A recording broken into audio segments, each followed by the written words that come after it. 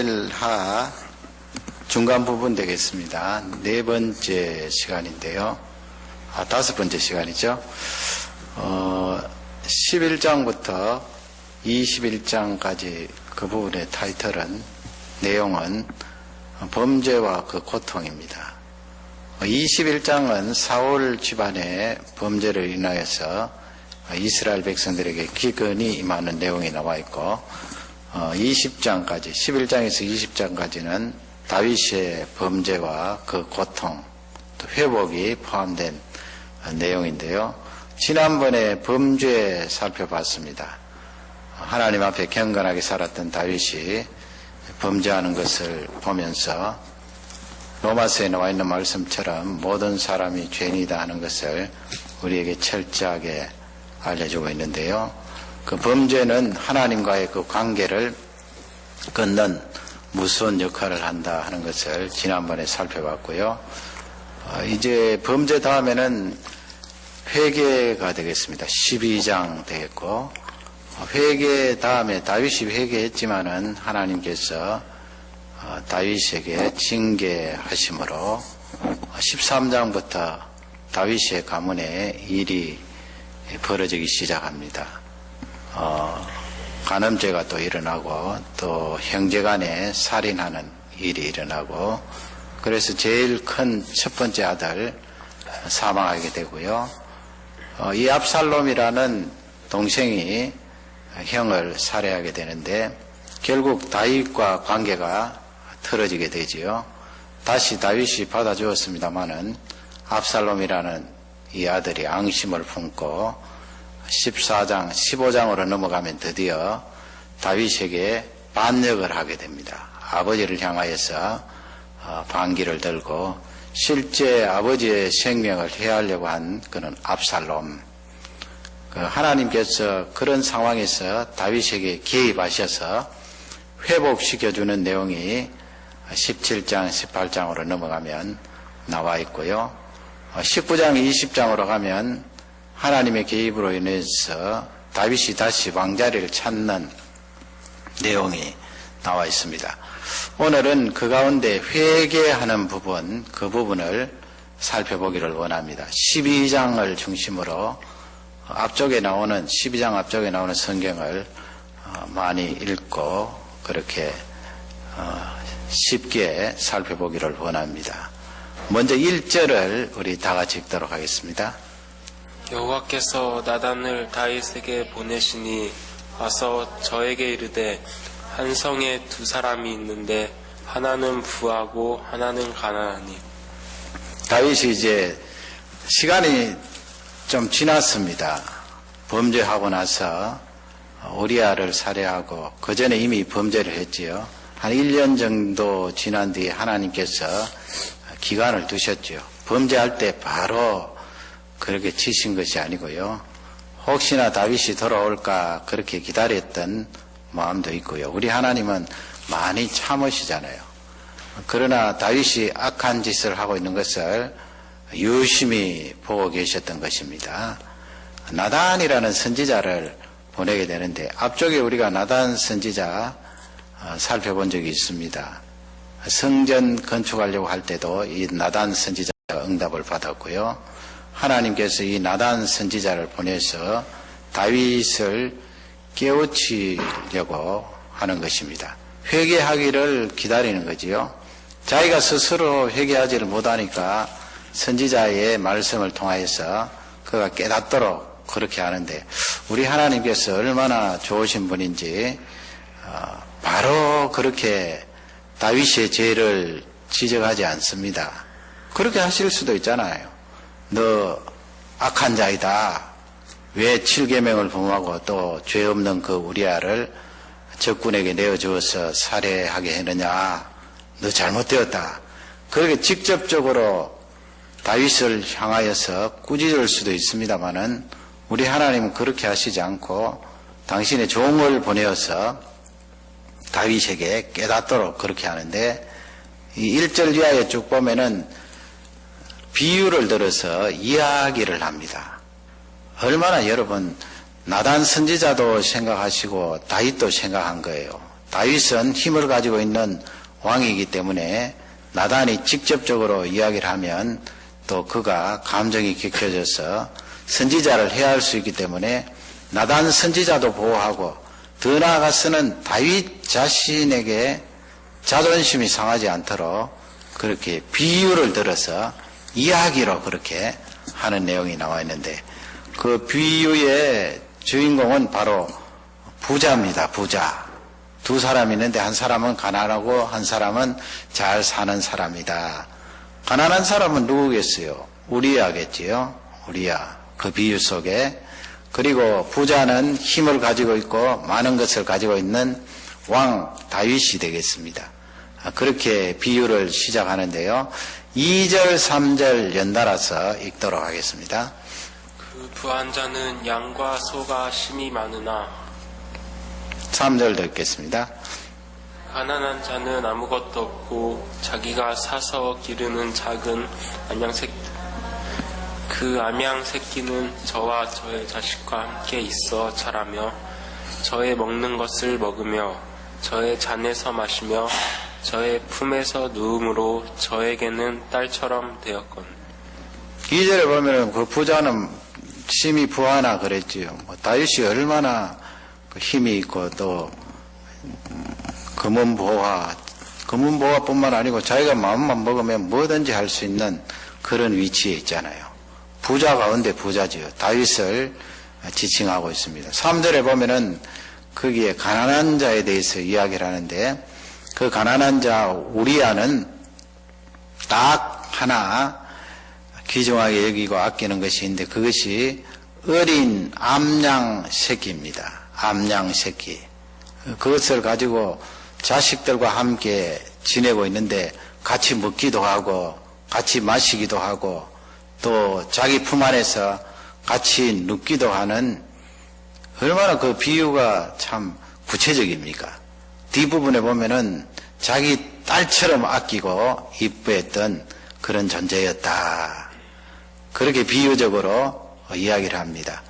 그렇지요. 우리 하나는 장수는 헷 사람이지만은 이렇게 바세바라는 여인과 결혼을 해서 그 여인을 사랑하고 아름답고 행복한 가정을 이루고 살고 있었고 자기는 나라에 충성하고 다윗 임금님 앞에 최선을 다하기 위하여서 저 암몬 족속과 함께 지금 전쟁을 하고 있는데 다윗이 죄를 지어서 그 장수를 죽게 한 것입니다.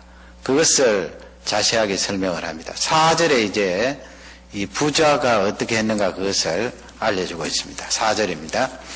어떤 행인이 그 부자에게 오매 부자가 자기의 양과 소를 아껴 자기에게 온 행인을 위하여 잡지 아니하고 가난한 사람의 양 새끼를 빼앗았다가 자기에게 온 사람을 위하여 잡았나이다. 부자에게 손님이 왔습니다. 옛날에는 이스라엘 백성들이 나그네들이 오면 지나가는 나그네 손님이지만은 잘 대접을 해서 보냈잖아요.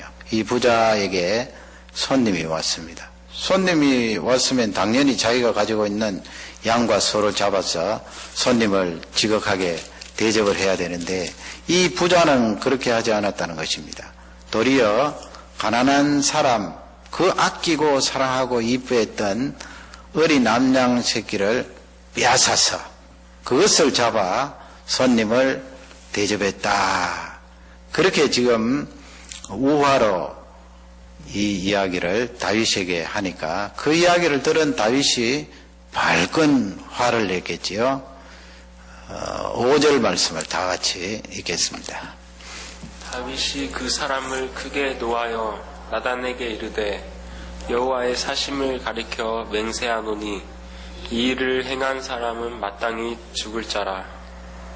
다윗이 화를 냅니다. 그리고 하반절에 보면은 마땅히 죽을 자라. 그렇게 이 사람이 얼마나 어리석어요. 자기 이야기인데 지금 자기 이야기, 자기가 죄 지은 것은 그렇게 크게 보이지 않고 남의 이야기를 듣고 사실은 이건 이야기지만은 남의 이야기, 짐승 이야기잖아요. 그 짐승 이야기를 들으면서도 발끈하여서 마땅히 그 사람은 죽어야 된다. 그렇게 이야기를 합니다. 우리 예수님께서 내 눈 속에 있는 들보는 잘 깨닫지 못하고 남의 눈 속에 있는 티끌은 우리 사람이 잘 보고 비판을 한다. 그런 말씀을 했는데 그것이 정확한 말씀입니다. 의분이 있지요. 뭐 조금 더 풀어서 이야기를 하면은 이스라엘 백성들 가운데 그런 자가 있느냐. 그거 참 악한 자다. 그러므로 그런 자는 하나님의 말씀에 의해서 반드시 죽어야 된다. 그렇게 이야기를 하는데 어리석다는 것이 자기 자신이 이렇게 남의 아내를 빼앗고 간음죄를 지고 그러면 율법대로 따지면 돌에 맞아 죽게 되어 있거든요. 왕이든 왕이 아니든 백성이든 율법대로 하면은 죽게 되어 있습니다. 자기 입으로 지금 스스로 이야기를 하고 있잖아요. 마땅히 죽을 자다. 그러니 우리가 남을 비판하고 또 내 속에 이런 의분이 일어나는 것을 볼 때 나를 잘 진단해야 됩니다. 그것이 정말 내가 의롭고 거룩하고 반듯하게 살아서 그런 의분이 일어나는가, 아니면 이런 다윗처럼 나는 엄청나게 잘못된 그런 죄를 지으면서 그것을 합리화하고 감추기 위해서 도리어 의분을 내고 있지는 않는가 살펴보아야 됩니다. 다윗이 이렇게 화를 내면서 6절 말씀에 가면 또 갚을 것을 이야기하죠. 6절입니다. 저가 불쌍히 여기지 않고 이 일을 행하였으니 그 양 새끼를 100배나 갚아주어야 하리라. 4배나 갚아줘야 한다. 여러분, 다윗이 이런 율법에 의한 말씀이 그 속에 가득했다면 바세바를 범하지 않았겠지요. 그러나 정욕이 그의 눈을 가리우기 때문에 지금 멀쩡하게 잘 알고 있잖아요. 남의 아내를 빼앗아서 그렇게 죄를 지으면 안 되는 것입니다. 4배나 갚아야 된다. 그렇게 이야기한 다윗인데, 그럴 때 하나님의 종인 나단 선지자가 왕을 향하여서 탁 이야기를 합니다. 그 하나님께서 이 나단에게 지혜를 주시고 하나님의 말씀을 주시면서 처음부터 그렇게 지적을 하지는 않았습니다. 이 비유를 이야기를 하고 벌써 이 정도 되면 다윗도 어느 정도 감을 잡을 거 아니에요. 그래서 7절 말씀에 나단이 다윗을 향하여서 딱 지적을 하는데 우리 7절을 다 같이 읽겠습니다. 나단이 다윗에게 이르되 당신이 그 사람이라 이스라엘의 하나님 여호와께서 이처럼 이르시기를 너로 이스라엘을 왕을 삼기 위하여 내게 기름을 붓고 너를 사울의 손에서 구원하고. 하나님께서 다윗을 채워서 기름 부었다. 그리고 그 고난 중에 네가 죽을 뻔도 하였는데 너의 생명을 내가 건져주었다. 그리고 이스라엘의 왕으로 지도자로 너를 세워주었는데 왜 그렇게 악한 죄를 짓는가, 그 말씀이죠. 앞쪽에 나단 선지자가 다윗을 향하여서 당신이 바로 그 사람이라, 부자라, 그렇게 지적을 하면서 하나님께 받은 그 말씀을 다윗에게 이야기를 하고 있습니다. 그 7절, 8절 넘어가면서 하나님께서 나단에게 주신 그 말씀은 다윗을 얼마나 사랑했는가, 그것을 잘 설명하고 있습니다. 사실은 뭐 세상적으로 따지면 다윗이 임금님 자리까지 오를 사람입니까? 이 세상적으로 단계를 밟아 올라갔다면 임금님 되지 못할 사람이에요. 그 시골 구석에서 양을 치고 있었던 사람인데 어떻게 임금님이 되어요?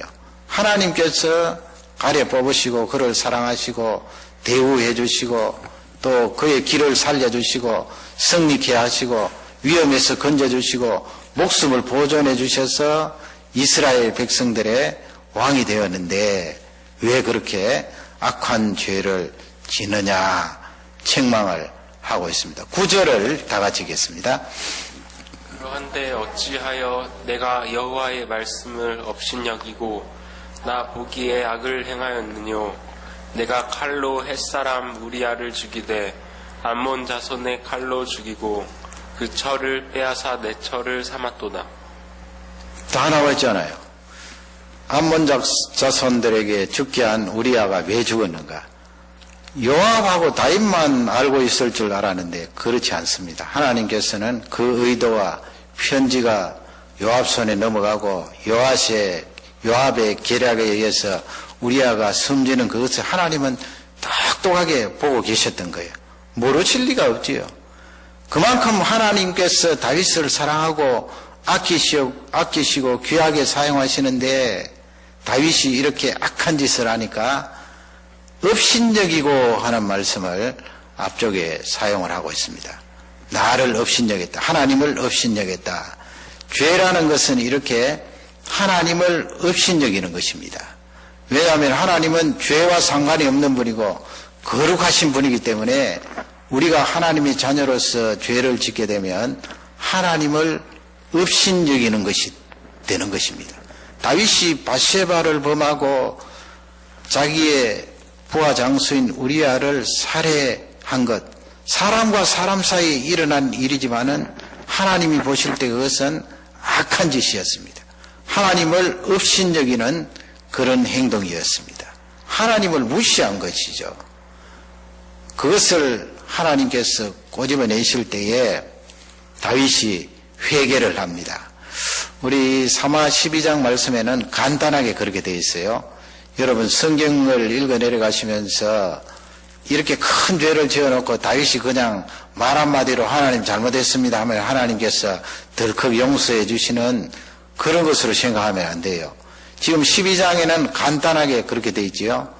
12장 13절을 다 같이 읽도록 하겠습니다. 다윗이 나단에게 이르되 내가 여호와께 죄를 범하였노라 하매 나단이 다윗에게 대답하되 여호와께서도 당신의 죄를 사하였나니 당신이 죽지 아니하려니와. 지금 너무 그 13절에 간단하게 되어 있잖아요.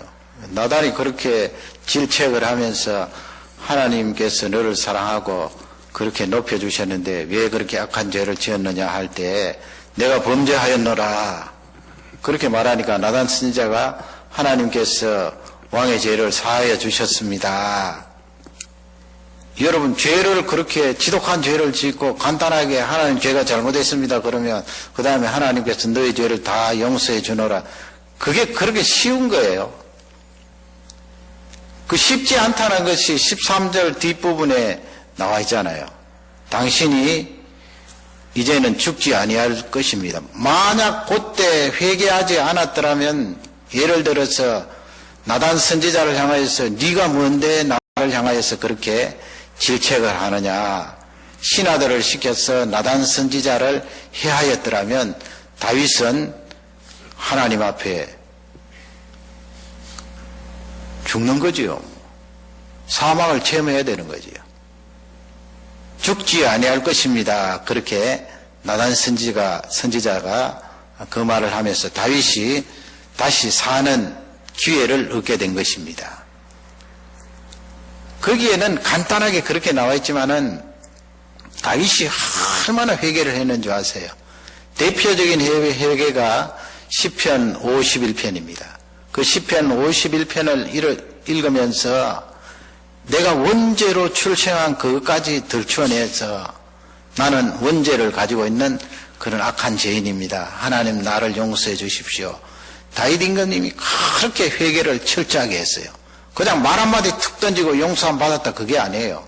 그리고 밤마다 회개하면서 눈물을 흘려서 자기 이불과 요가 적셔지고 이불과 요가 썩어질 정도로 그렇게 하나님 앞에 회개하면서 무릎을 꿇은 것을 볼 수가 있습니다. 우리 하나님께서 다윗의 회개를 보시고 그를 용서해 주셨어요. 용서해 주셨다는 증거가 어디에 있는가 하면 24절, 25절에 나와 있습니다. 우리 24절을 다 같이 읽겠습니다. 다윗이 그쳐 바세바를 위로하고 저에게 들어가 동침하였더니 저가 아들을 낳음에 그 이름을 솔로몬이라 하니라. 여호와께서 그를 사랑하사. 지금 다윗과 바세바 사이에 첫 번째 임신한 아이 있잖아요. 죄 지을 때 임신하고 우리아가 죽기 전에 임신한 그 첫 번째 아이는 하나님께서 데리고 가셨어요. 메시아 혈통인 다윗에게서 그렇게 정식 아내도 아닌 죄짓고 출생한 아이를 둘 리가 없습니다. 우리 하나님께서 다윗이 금식하면서 기도했지만은 그 영혼을 데리고 갔어요. 그 다음에 준 아들이 솔로몬인데 사실은 다른 성경을 이렇게 보면 첫 번째 아이는 죽었고 두 번째 아이가 솔로몬인 것으로 그렇게 우리가 오해할 수가 있는데 다른 성경을 보면 솔로몬이 두 번째가 아니에요. 네 번째예요. 바세바에게서 태어난 네 번째 아들이 솔로몬입니다. 이 솔로몬을 하나님께서 다윗에게 주셨습니다. 그것은 성경 기록자가 이스라엘 3대 임금님이 솔로몬이기 때문에 거기에 집어넣고 네 번째지만은 마치 두 번째 출생한 아들처럼 그렇게 그를 집어넣고 하나님께서 위로하시기 위해서 그 아들을 다윗에게 주었다 하는 것을 기록하고 그 솔로몬을 통하여 다윗의 뒤를 잇게 하고 메시아 혈통을 보존할 수 있도록 은혜를 주셨다 하는 것을 말씀하고 있습니다. 그것은 바로 다윗이 회개했을 때 하나님께서 용서해 주셨다 하는 것을 잘 알려주고 있습니다.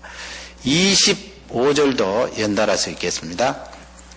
선지자 나단을 보내사 그 이름을 여디디아라 하시니 이는 여호와께서 사랑하심을 인하더라. 솔로몬에 대한 다른 이름이죠. 솔로몬이 두 개의 이름을 가지고 있는데 솔로몬 하면은 평화, 샬롬 하는 평화라는 이름이고 여디디아 하면 하나님의 사랑을 입었다 그런 뜻이에요. 나단 선지자를 통하여서 하나님이 이름을 지어 준 것입니다. 여디디아. 나단 선지자가 다윗의 범죄를 지적하고 다윗이 그 말씀에 의해서 무릎을 꿇고 하나님 앞에 회개하고 첫 번째 아들은 사망했지만은 네 번째 태어난 이 솔로몬에게 하나님께서 여디디아 하나님의 사랑을 입었다. 하나님의 긍휼을 입었다. 하나님께서 다윗의 범죄를 용서해 주셨다는 거죠. 지독한 죄 아닙니까? 이 세상 임금들이야 그것보다도 더 악한 짓을 많이 하지만은 이 세상 임금들이야 하나님께서 관여하시겠어요. 이미 하나님께서 염두에 두고 구원할 자로서 죄를 시켰는데 그들은 그렇게 하든 말든 하나님의 자녀인 다윗은 왕이지만은 그 지독한 죄를 지을 때 건너뛰지 않아야 하시고 그를 질책하시고 그를 돌이켰습니다. 돌이킬 때 그의 회개를 받으시고 다윗을 안아주시면서 솔로몬이라는 이 아들을 통하여 네 죄가 용서함 받았다는 것을 확연하게 알려주시는데 여러분 여기까지 들으시면서 이 죄가 그렇게 간단한 문제입니까? 죄가 그렇게 간단한 문제이면 예수님께서 이 세상에 오시지 않아도 돼요. 죄라는 것이 그렇게 간단한 문제가 아니에요. 그 예수님이 이 세상에 오셔서 그토록 처절하게 십자가 위에서 살을 찢으시고 피를 흘리시고 우리를 위해서 저주받으신 것은 그만큼 죄가 지독하다는 거예요. 이 지독한 죄를 가지고 하나님 앞에 우리가 설 수가 없는데 지독한 이 죄를 회개했지만은 다윗에게 따라다니는 거예요. 용서함 받지 못한 것이 따라다니는 것이 아니고요. 용서함 받았지만은 죄 때문에 당하는 그 고통이 다윗에게 이어졌다는 것입니다. 그것이 사무엘하가 우리에게 알려주는 귀한 말씀이에요. 이것을 오해해서 들으면 안 됩니다. 인과응보라는 것이 있잖아요. 내가 이렇게 잘못하면 반드시 누가 나의 잘못에 대해서 벌을 준다. 내가 지금 이렇게 어려움을 당하고 힘든 것은 나의 잘못 때문이다. 그건 인과응보라는 그런 사상이고요. 성경이 가르쳐주는 그런 인과응보는 아니에요. 예수 그리스도께서 그것까지 다 짊어지시고 우리의 죄를 위하여 희생을 당하셨습니다. 그럼에도 불구하고 이 죄라는 것이 지독하여서 죄를 짓고 나면 그 다음에 자연적으로 우리에게 미치는 영향이 있잖아요. 죄 짓고 나면은 심리적으로 고통이 나에게, 불안이 나에게, 두려움이 나에게 들어와서 계속 삶 속에 지속이 될 수 있고요. 또 어떤 경우에는 죄를 지을 때 육신적으로 질병이 들어옵니다. 하나님께서 우리의 죄를 용서해 주실 때 내가 죄 지은 것 때문에 그 육신적인 질병도 다 치유해 주시는 것은 아니에요. 치유해 주실 수도 있지만은 죄 때문에 내가 겪는 그 육신의 질병들은 내가 져야죠. 근본적으로 구원함을 받을 수 있도록 우리의 죄를 용서해 주시지만은 죄 때문에 찾아오는 그런 발생적인 고통은 흔적이에요. 내가 감당을 해야 돼요.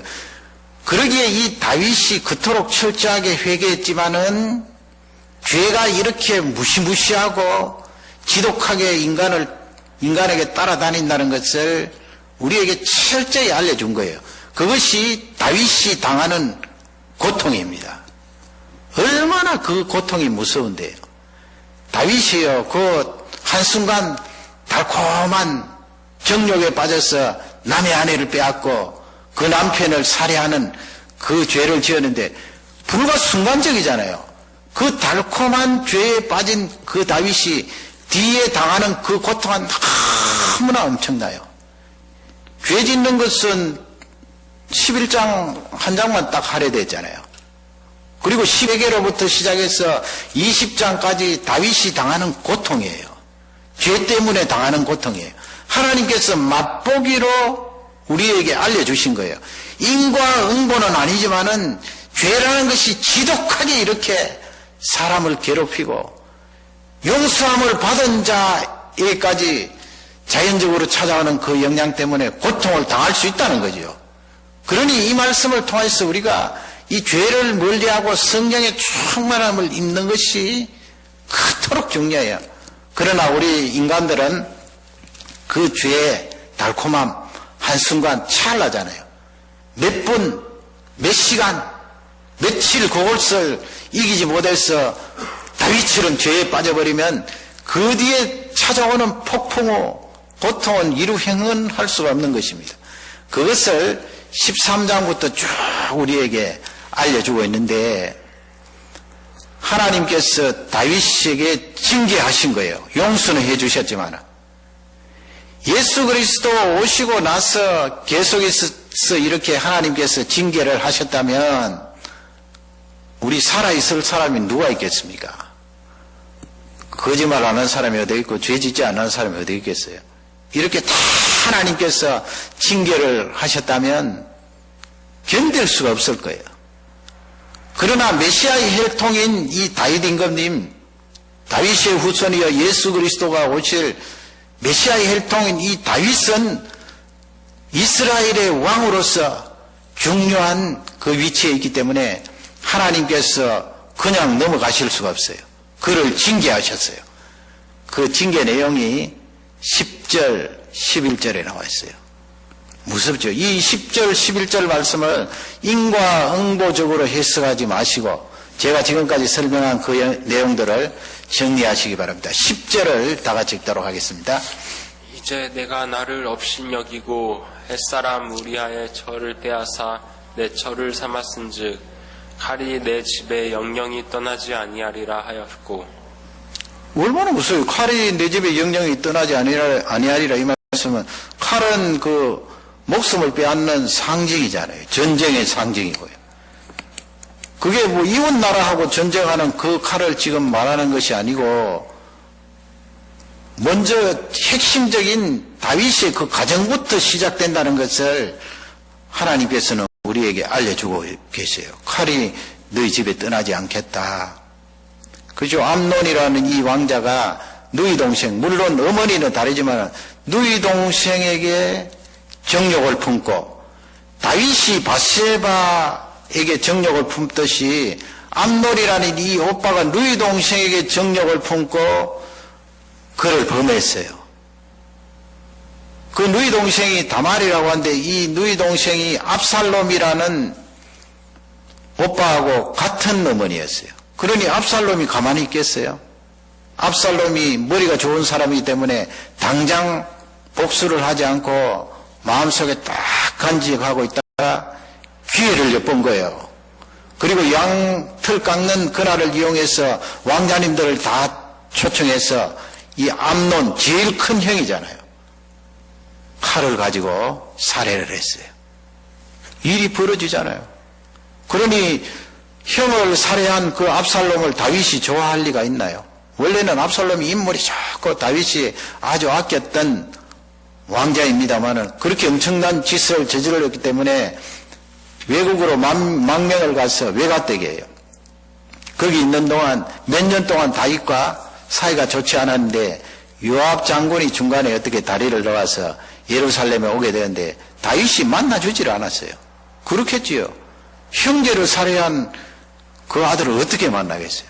그 사이에 다윗과 압살롬 사이에 점점 거리가 멀어지게 되고 결국은 다윗과 압살롬 사이에 만나는 그런 기회는 있었습니다마는 그 사건 때문에 이 압살롬이 아버지에 대해서 반감을 품었어요.